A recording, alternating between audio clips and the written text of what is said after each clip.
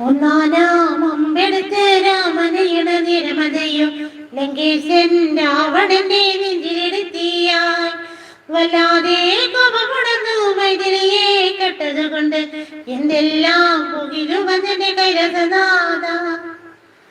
പൊന്നുമകൻ മേഘനാഥന് സോദരരും സർവരും ഇന്ന് തന്നെ വിട്ട് പോയതല്ലോ കാലപുരി തന്നിൽ. പശ്ചാത്താപ നിറയണ് രാമന്റെ ശരമുനയൻ മോക്ഷത്തിൻ പടികടക്കാൻ മോഹമോദിച്ചല്ലോ.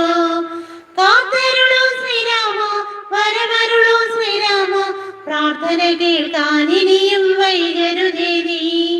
കാത്തരുളൂ ശ്രീരാമ, വരമരുളൂ ശ്രീരാമ, പ്രാർത്ഥന കേൾക്കാൻ ഇനിയും വൈകരുതേ നീ. ഒന്നാനാം അമ്പെടുത്ത് രാമനയണ നിരമതയും ലങ്കേശൻ